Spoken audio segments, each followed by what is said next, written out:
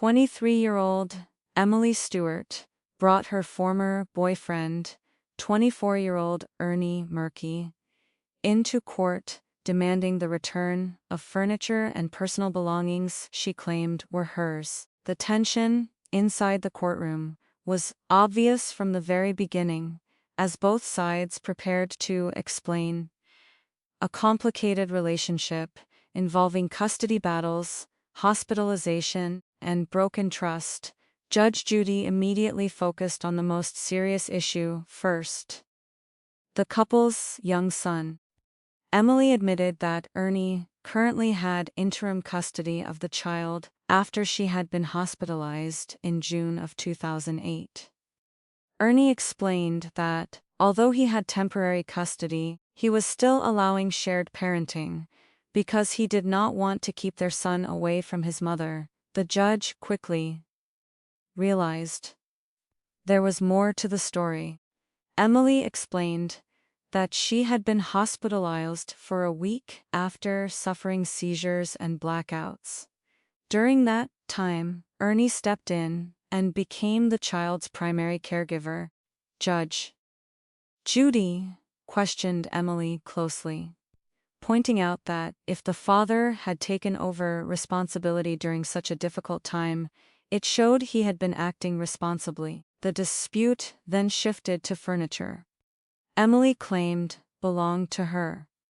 According to her, the furniture had been given to her by her father, and after Ernie forced her out of the house, he refused to return it.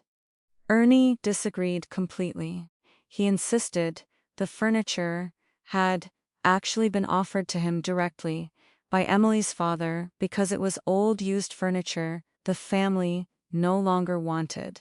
Emily's father appeared in court to support his daughter, but Judge Judy immediately challenged his testimony. Drawing from years of family court experience, she warned him not to let emotions cloud the truth. She reminded him that whatever mistakes his daughter had made, Ernie had stepped up to care for the child during a difficult period. When the father denied giving the furniture to Ernie, Judge Judy openly questioned his credibility. She believed Ernie's version of events made more sense, especially considering Emily's unstable situation at the time. The judge emphasized that grandparents helping raise the child was expected, but that did not take away from the fact that Ernie had taken primary responsibility. Emily insisted the furniture had been a birthday gift from her father. Judge Judy continued digging into Emily's personal circumstances, asking about the hospitalization and whether drugs or alcohol had played a role. Emily denied any substance abuse and explained the hospitalization was related to seizures and memory blackouts. Ernie then revealed additional concerns about Emily's behavior. He explained that after leaving the hospital, Emily moved back in with an ex-boyfriend who was later sent to prison. Later, while living again with Ernie, the father of her child, she had been delivering money to that incarcerated ex-boyfriend on behalf of his mother.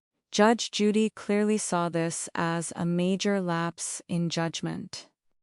She explained bluntly that maintaining those connections while depending on Ernie for support showed poor decision-making. Emily tried defending herself by saying she was only helping the inmate's mother, but the judge wasn't persuaded. In the end, Judge Judy ruled that Emily was entitled to get her television back because Ernie admitted it belonged to her. However, she refused to award the furniture, believing it had been given to Ernie legitimately. Ernie also attempted to countersue for unpaid rent and a cell phone bill, but Judge Judy dismissed most of those claims as unreasonable since Emily had been unemployed during much of that time. Before ending the case, Judge Judy gave Ernie serious advice regarding custody. She told him not to rush into agreeing to equal shared parenting until he was fully confident Emily could consistently make responsible decisions for their child.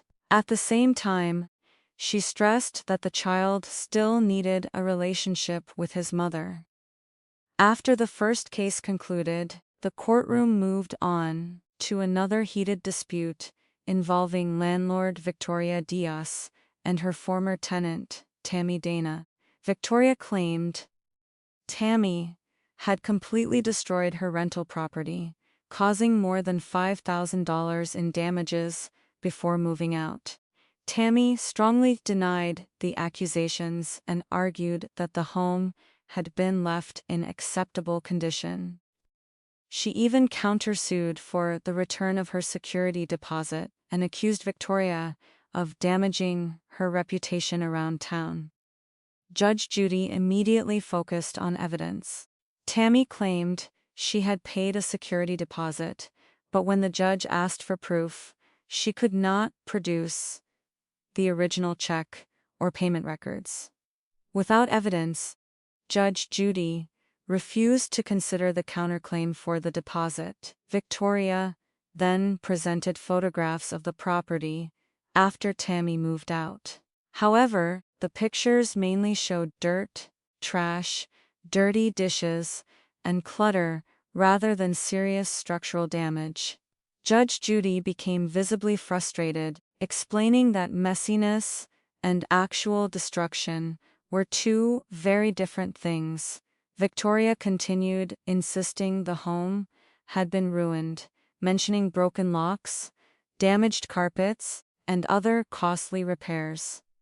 Tammy responded that some problems already existed before she moved in, including broken pool locks that she had repeatedly tried to fix for her child's safety.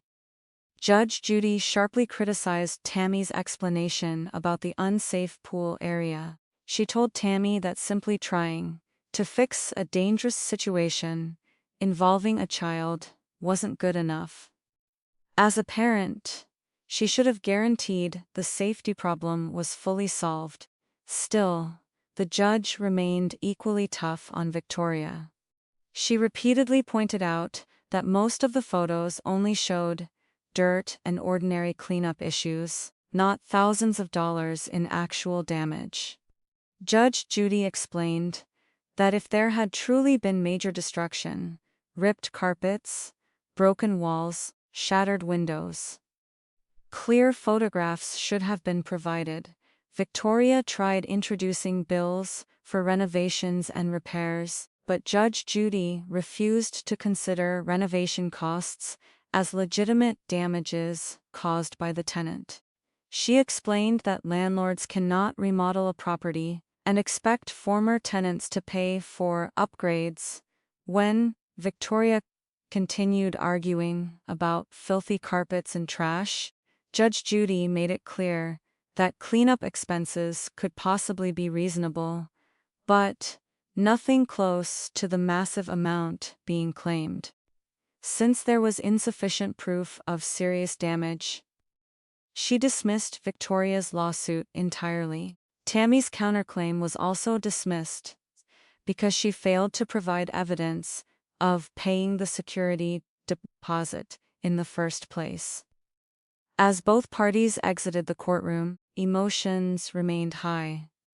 Victoria angrily insisted the tenant had destroyed the house and left behind horrible conditions, while Tammy claimed the landlord was dishonest and abusive. Both women left frustrated, each convinced the other had been treated unfairly.